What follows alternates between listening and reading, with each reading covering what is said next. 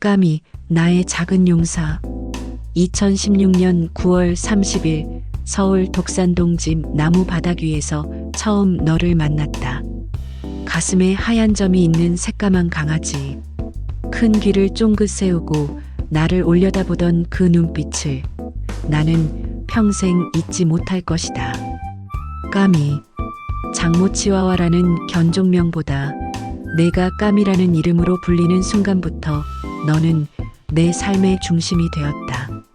너만 보는 아이. 사람들은 말한다. 강아지는 누구에게나 친근하다고. 하지만 너는 달랐다. 너의 세상에는 오직 나만 존재했다. 다른 사람이 다가와도 경계의 눈빛을 거두지 않았고 낯선 손길에는 몸을 움츠렸다. 까칠하네요. 사람들은 그렇게 말했지만 나는 알았다. 그것이 까칠함이 아니라 선택이라는 것을. 너는 이 넓은 세상에서 나를 선택했고 그 선택을 지키기 위해 다른 모든 것에 단호했던 것뿐이다. 내가 내 발치에 앉아 위를 올려다볼 때 그 눈빛 속에는 신뢰와 헌신이 담겨 있었다. 1kg, 2kg도 채 안 되는 작은 몸으로 너는 내게 물었다. 내가 지켜줄게. 걱정하지 마. 용맹한 호위무사. 2kg 조금 넘는 체구. 사람들은 너를 보며 웃었다. 그토록 작은 몸으로 무엇을 할 수 있겠냐고. 하지만 너는 해냈다. 낯선 소리가 나면 제일 먼저 달려가 지저댔고 내가 놀랐을 때는 그 작은 몸을 내 앞에 세워 막아섰다. 너에게는 내 몸집 따위는 중요하지 않았다. 오직 나를 지켜야 한다는 사명만이 있었을 뿐이다. 나는 가끔 생각한다. 과연 나는 너만큼 누군가에게 온전히 헌신해 본 적이 있었던가? 내 안위를 생각하지 않고 오직 상대방만을 위해 모든 것을 던져본 적이 있었던가? 까미, 너는 내 호위무사였지만 동시에 내 스승이었다. 2017년 11월 그 끝없던 한 달. 한 살이 지났을 무렵이었다. 평소처럼 장난치며 뛰어놀던 내가 갑자기 뒷다리를 절뚝거리기 시작했다. 처음에는 살짝 삔 거라고 생각했다. 하루 이틀 지나면 괜찮아질 거라고. 하지만 너의 절뚝거림은 나아지지 않았고 급기야 너는 제대로 서지도 못하게 되었다. 동물병원으로 달려갔다. 수의사는 내 작은 다리를 이리저리 만져보더니 고개를 저었다. 슬개골 탈구입니다. 작은 견종에게 흔한 질환이에요. 뒷다리 관절이 제자리에서 벗어났어요. 흔한 질환이라는 말이 전혀 위로가 되지 않았다. 나에게는 내가 아프다는 사실만이 중요했다. 수술은 필요 없지만 철저한 관리가 필요하다고 했다. 움직임을 최소화하고 절대 뛰거나 점프하지 못하게 해야 한다고. 그리고 물리치료와 약물치료를 병행해야 한다고. 11월 5일 붕대를 감은 날. 11월 5일 오후 4시 55분. 너는 양쪽 앞다리에 하얀 붕대를 감고 있었다. 뒷다리 부상인데 왜 앞다리에 붕대를 감았냐고 물었더니 수의사는 이렇게 말했다. 뒷다리에 힘을 주지 못하니까 앞다리로 몸을 지탱하려고 해요. 그러다 앞다리까지 다칠 수 있어서 보호대를 감은 겁니다. 너는 그 작은 몸으로 얼마나 아팠을까? 뒷다리는 제대로 펴지지도 않는데 앞다리마저 붕대로 둘둘 감겨서 제대로 움직일 수도 없었다. 진료실에서 나를 올려다보던 내 눈빛을 나는 잊을 수 없다. 왜 이런 일이 생겼는지, 언제 다시 뛰어놀 수 있는지 묻는 듯한 그 눈빛. 하지만 너는 짖지도 않았다. 나를 걱정시키고 싶지 않았던 걸까? 그저 조용히 참고 있었다. 2주 동문물병원에 입원해 있다가 집에 돌아와서도 너는 거의 움직이지 못했다. 평소라면 현관문이 열리는 소리에 달려왔을 텐데 그날 너는 제자리에 앉아 있었다. 일어나려고 애를 쓰다가 다시 주저앉는 모습을 보며 나는 심장이 찢어지는 것 같았다. 밤이 되자 너는 낑낑거리기 시작했다. 통증 때문이었다. 수의사가 처방해준 진통제를 먹였지만 약발이 오르기까지는 시간이 걸렸다. 나는 내 옆에 누워 머리를 쓰다듬어 주었다. 괜찮아, 까미야. 금방 나을 거야. 하지만 나 자신도 확신하지 못하는 말이었다. 11월 8일 분홍 쿠션 위에 너. 11월 8일 오전 11시 2분 서울 독산동 우리 집. 나는 너를 위해 분홍색 쿠션을 샀다. 폭신하고 부드러운, 내가 조금이라도 편하게 누울 수 있는 쿠션. 너는 그 위에 조그맣게 웅크리고 누워 있었다. 양쪽 다리는 여전히 붕대로 감겨 있었다. 움직이려 할 때마다 붕대가 풀릴까봐 나는 수시로 확인해야 했다. 너는 누워만 있었지만 눈만은 항상 나를 따라다녔다. 내가 화장실에 가면 문 앞까지 기어와서 기다렸다. 부엌에 가면 고개를 돌려 나를 바라봤다. 일어날 수도 없는 몸으로 오직 눈빛만으로 나를 따라다니는 너. 까미야, 아프지? 많이 아프지? 나는 알고 있었다. 너는 내 몸보다 나를 걱정하고 있다는 것을. 내가 슬퍼할까봐, 내가 힘들어할까봐 아픈 내색도 최대한 참고 있다는 것을. 그날 저녁 너는 처음으로 내 앞에서 울었다. 낑낑거리는 소리와 함께 눈물이 그렁그렁했다. 물을 마시려고 했지만 일어날 수 없어서 나는 물그릇을 내 입 앞까지 가져다 댔다. 너는 고개를 들어 물을 마셨고 다시 쿠션 위에 주저앉았다. 나는 그날 밤 내 옆에서 잠을 청했다. 하지만 1시간마다 눈을 떠서 내 상태를 확인했다. 숨은 잘 쉬는지, 통증으로 낑낑거리지는 않는지, 붕대는 제대로 있는지. 11월 중순 조금씩 나아지는 너. 일주일이 지나고 열흘이 지났다. 너는 조금씩, 정말 조금씩 나아지고 있었다. 붕대를 푼 다리는 여전히 불안정했지만 예전보다는 힘을 줄 수 있게 되었다. 서 있는 시간이 조금씩 길어졌고 두세 걸음 정도는 걸을 수 있게 되었다. 하지만 여전히 뛸 수는 없었다. 아니, 뛰면 안 되었다. 수의사는 최소 한 달은 절대 안정이 필요하다고 했다. 너는 그 사실을 이해하지 못했다. 왜 뛰면 안 되는지, 왜 예전처럼 놀 수 없는지. 가끔 본능적으로 뛰려고 하다가 내가 말리면 너는 이해할 수 없다는 표정으로 나를 바라봤다. 미안해, 까미야. 조금만 참아. 나으면 다시 마음껏 뛰어놀 수 있어. 너는 내 말을 알아듣는 것처럼 조용히 고개를 끄덕이는 듯했다. 11월 하순 물리치료의 시간들. 병원 방문은 일주일에 3번. 물리치료를 받기 위해서였다. 수의사는 내 작은 다리를 조심스럽게 굽혔다 폈다를 반복했다.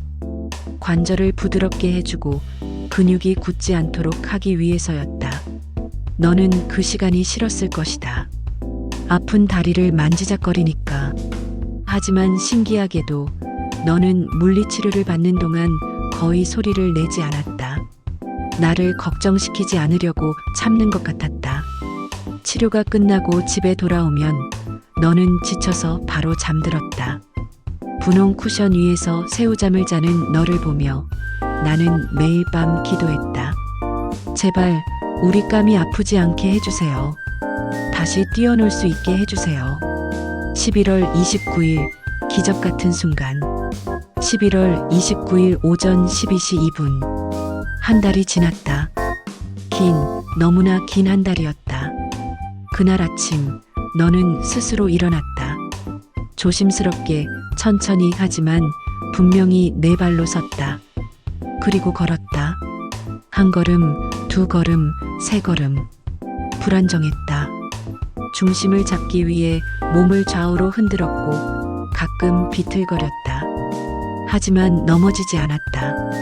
너는 끝까지 포기하지 않고 5걸음을 걸어서 내 앞까지 왔다. 나는 그 자리에서 울었다. 기쁨의 눈물이었다. 안도의 눈물이었다. 지난 한 달간 쌓였던 불안과 두려움, 걱정과 슬픔이 한꺼번에 터져나왔다. 너는 내 무릎 앞에 앉아서 나를 올려다봤다.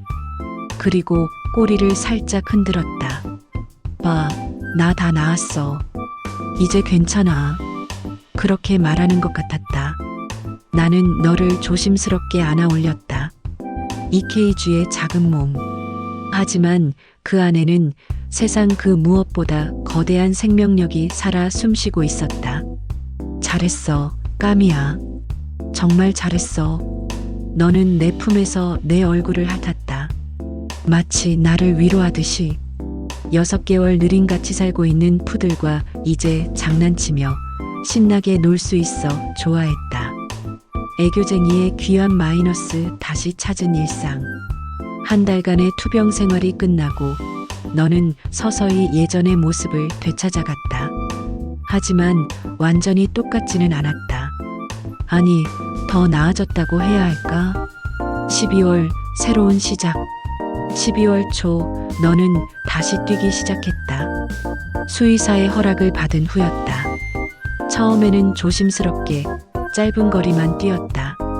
하지만 날이 갈수록 너의 자신감은 회복되었고 곧 예전처럼 집안을 휘젓고 다녔다. 현관에서 거실까지 달리기, 소파 위로 뛰어오르기, 내 발치에서 빙글빙글 돌기. 한 달 동안 하지 못했던 모든 것들을 만회하듯 너는 쉬지 않고 움직였다. 까미야, 너무 무리하지 마. 내가 걱정스럽게 말하면 너는 잠깐 멈춰서 나를 보다가 다시 뛰어다녔다. 마치 이렇게 말하는 것 같았다. 괜찮아. 나 이제 완전히 나았어. 걱정하지 마. 2017년 말 더 사랑스러워진 너. 아픈 시간을 겪고 나니 너는 더욱 애교가 많아졌다. 아침에 눈을 뜨면 제일 먼저 내 얼굴 위로 올라와 볼을 하찼다. 일어나, 일어나 하는 것처럼. 예전에도 그랬지만 이제는 더 적극적이고 다정했다. 내가 현관문을 열고 들어서면 너는 온 집안을 돌며 환호했다. 짖으며 뛰고 내 발 주위를 빙글빙글 돌고 결국에는 내 발등 위에 앉아서 올려다봤다. 보고 싶었어? 어디 갔다 왔어? 그 눈빛이 너무 사랑스러워서 나는 매번 무릎을 꿇고 앉아 너를 안아주었다. 일상 속의 특별한 순간들. 저녁 시간이면 너는 내 무릎 위로 올라왔다. 예전에는 잠깐 앉아 있다가 내려갔는데 이제는 한참 동안 머물렀다. 내가 TV를 보든 책을 읽든 핸드폰을 하든 상관없이 너는 그저 내 무릎 위에서 작게 웅크리고 있었다. 가끔 올려다보며 눈을 깜빡였다. 사랑한다는 표현인 것 같았다. 나는 내 머리를 쓰다듬으며 속삭였다. 나도 사랑해, 까미야. 간식 시간은 또 얼마나 즐거웠는지. 내가 간식 봉지를 살짝만 만져도 너는 귀신같이 알아채고 달려왔다. 앞발을 들고 뒷발로만 서서 깡총깡총 뛰었다. 나도 줘, 나도 줘 하면서. 한 달 전 제대로 서지도 못하던 내가 이제는 뒷발로 뛰고 있다니. 그 모습을 볼 때마다 나는 눈시울이 뜨거워졌다. 까칠함 속의 다정함. 다른 사람들에게는 여전히 까칠했다. 친구들이 집에 놀러 오면 너는 내 뒤에 숨었다. 낯선 사람이 손을 내밀면 경계하며 물러섰다. 까미야, 친구야. 무섭지 않아. 내가 아무리 설득해도 소용없었다. 너의 세상에는 여전히 나만 존재했다. 하지만 나에게만큼은 한없이 부드러웠다. 내가 슬플 때면 어떻게 하는지 조용히 다가와 내 옆에 앉았다. 말없이 그저 함께 있어 주었다. 내가 아플 때면 침대에 함께 누워서 내 손을 핥았다. 괜찮아? 내가 여기 있어. 너는 말하지 않았지만 나는 모든 것을 느낄 수 있었다. 2018년 초 완전한 회복. 2018년 1월 수의사는 선언했다. 완전히 회복했습니다. 이제 걱정 안 하셔도 돼요. 나는 진료실에서 너를 꼭 안았다. 너는 내 품에서 가만히 있었다. 마치 알고 있다는 듯이. 우리 이겼어, 까미야. 집으로 돌아오는 길, 너는 차 안에서 창밖을 바라봤다. 맑은 눈으로, 호기심 가득한 표정으로. 그 모습을 보며 나는 깨달았다. 너는 단순히 슬개골 탈구를 극복한 것이 아니었다. 너는 고통과 싸워 이겼고 포기하지 않는 법을 증명했으며 나에게 희망이 무엇인지 가르쳐 주었다. 이케이주의 작은 몸으로 애교와 용기 사이. 그 이후로 너는 두 가지 얼굴을 가지게 되었다. 나에게는 한없이 사랑스럽고 애교 많은 강아지. 혀를 쭉 내밀고 웃으며 내 발치에서 배를 보이고 뒹구는 귀여운 존재. 하지만 낯선 것들 앞에서는 여전히 용맹한 호위무사. 작은 몸을 세우고 나를 지키기 위해 당당하게 맞서는 전사. 사람들은 물었다. 어떻게 저렇게 작은 강아지가 저렇게 용감할 수 있어요? 나는 대답했다. 사랑하는 사람이 있으니까요. 그랬다. 너는 나를 사랑했고 그 사랑이 너를 강하게 만들었다. 그리고 나 역시 너를 사랑했고 그 사랑이 나를 더 나은 사람으로 만들었다. 영원히. 까미. 2017년 11월 우리는 함께 어둠을 걸었다. 너는 고통 속에서도 포기하지 않았고 나는 절망 속에서도 희망을 놓지 않았다. 그리고 우리는 이겼다. 그 한 달이 우리에게 가르쳐 준 것은 단순한 회복이 아니었다. 그것은 사랑의 힘이었고 함께라는 것의 의미였으며 생명의 존엄함이었다. 너는 작지만 거대하고 까칠하지만 다정하고 약해 보이지만 그 누구보다 강한 존재다. 세상 사람들 모두가 나를 떠나더라도 너만은 내 곁에 있어 줄 거라고 나는 믿는다. 아니, 안다. 너의 그 눈빛이, 그 헌신이, 그 작은 몸에서 뿜어져 나오는 거대한 사랑이 거짓일 리 없으니까. 고맙다, 까미. 나의 호위무사, 나의 작은 용사, 나의 애교쟁이, 나의 영원한 가족. 너를 만난 것은 내 인생 최고의 축복이다. 서울 독산동, 우리 집 나무 바닥 위에서 오늘도 까미는 내 발치를 지키고 있다. 이케이주의 몸으로, 세상 전부를 감당할 듯한 눈빛으로, 그리고 가끔 혀를 쭉 내밀고 웃으며 나에게 말한다. 사랑해. 영원히.